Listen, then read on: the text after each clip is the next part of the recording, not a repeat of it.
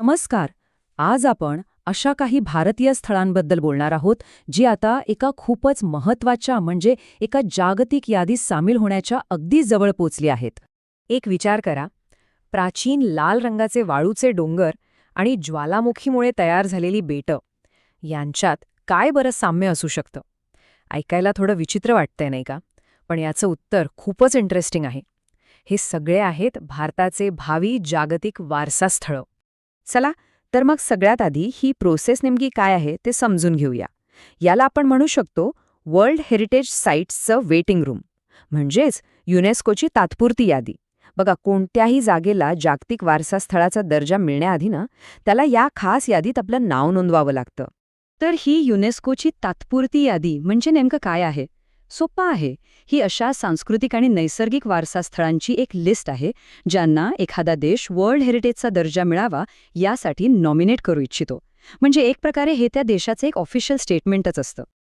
आणखी सोप्या भाषेत सांगायचं झालं ना तर याला आपण नैसर्गिक आणि सांस्कृतिक जागांसाठी मिळणाऱ्या ऑस्कर्सची ऑफिशियल लॉंग लिस्ट म्हणू शकतो. आता विचार करा, ही यादी किती महत्त्वाची असेल. या पूर्ण प्रोसेसमध्ये ना 3 महत्त्वाचे टप्पे आहेत. स्टेप 1, या तात्पुरत्या यादीत नाव यायला हवं. स्टेप 2, मग होतं ऑफिशियल नॉमिनेशन. आणि मग येतो शेवटचा 3रा टप्पा, म्हणजे थेट वर्ल्ड हेरिटेज लिस्टमध्ये एंट्री. यावरून हे अगदी स्पष्ट होतं की ही तात्पुरती यादी म्हणजे या प्रवासातली पहिली आणि सगळ्यात महत्त्वाची पायरी आहे. आणि आता येऊया आजच्या मुख्य बातमीकडे. भारताने नुकतीच आपल्या या संभाव्य स्थळांच्या यादीत तब्बल 7 नवीन नावांची भर घातलीय. आणि त्यामुळे आपली ही यादी आता नैसर्गिक आणि भूवैज्ञानिक आश्चर्यांनी आणखीनच भारी झाली आहे.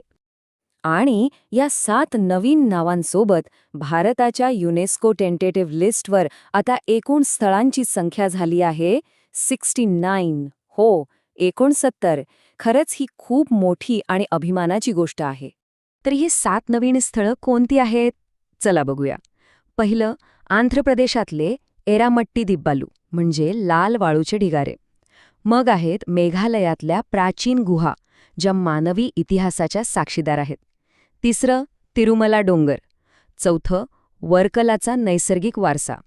मग येतं आपलं पाचगणी आणि महाबळेश्वर इथले डेक्कन ट्रॅप्स. त्यानंतर सेंट मॅरी बेटांचा भूवैज्ञानिक वारसा असलेला समूह. आणि शेवटी नागा हिल ओफिओलाइट. फक्त नावं ऐकूनच लक्षात येते ना की यात किती जबरदस्त विविधता आहे. चला, आता या लिस्टमधून एका खूपच खास आणि आकर्षक जागेबद्दल जरा खोलात जाऊन जाणून घेऊया. आपण बोलतोय एरामट्टी दिब्बालूबद्दल, म्हणजेच त्या लाल वाळूच्या डोंगरांबद्दल.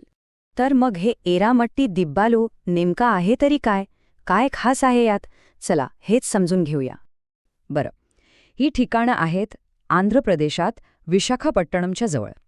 आणि यांची रचना ही वाळू, गाळ आणि चिकणमातीच्या एका दुर्मिळ मिक्समधून झाली आहे. आता प्रश्न पडतो की यांचा रंग असा लालसर का आहे? तर याचं कारण आहे हजारो वर्षांपासून झालेलं नैसर्गिक ऑक्सिडेशन. आणि भूवैज्ञानिक भाषेत सांगायचं तर हे ठिकाण लेट क्वाटर्नरी कालखंडाचं प्रतिनिधित्व करतं.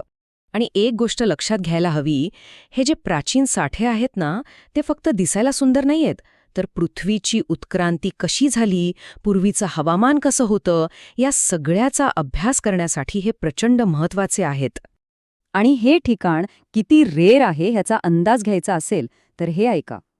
एरामट्टी दिब्बालू हे भारतातलं एक दुर्मिळ किनारी भूवैज्ञानिक वैशिष्ट्य आहे. आणि संपूर्ण जगात, हो पूर्ण जगात, याच्यासारखी फक्त 2च दुसरी ठिकाणं आहेत. एक श्रीलंकेत आणि दुसरं आपल्या तामिळनाडूतलं थेरी सँड्स.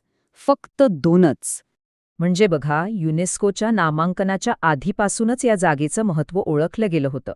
भारतीय भूवैज्ञानिक सर्वेक्षणाने तर 2016 मध्येच याला राष्ट्रीय भूवारसा स्मारक म्हणून जाहीर केलं होतं. चला, आता आपण शेवटच्या टप्प्याकडे येऊया. शेवटी ही लिस्ट इतकी महत्त्वाची का आहे आणि याचा नेमका फायदा काय होतो हे समजून घेणं महत्त्वाचं आहे. तर सगळ्यात महत्त्वाचा मुद्दा हा आहे की या तात्पुरत्या यादीत नाव येणं म्हणजे फक्त एक टॅग लागणं नाहीये. ही जागतिक स्तरावर ओळख मिळवण्याच्या आणि आपल्या या अमूल्य ठेव्यांना जपण्याच्या दिशेने उचललेलं पहिलं आणि सगळ्यात क्रुशल पाऊल आहे. आणि जाता जाता एक विचार मनात येतो, या 7 नव्या आश्चर्यांपैकी ते कोणतं स्थळ असेल जे पुढे जाऊन वर्ल्ड हेरिटेज लिस्टमध्ये आपलं नाव कोरेल? याचं उत्तर तर आता आपल्याला येणारा काळच देईल.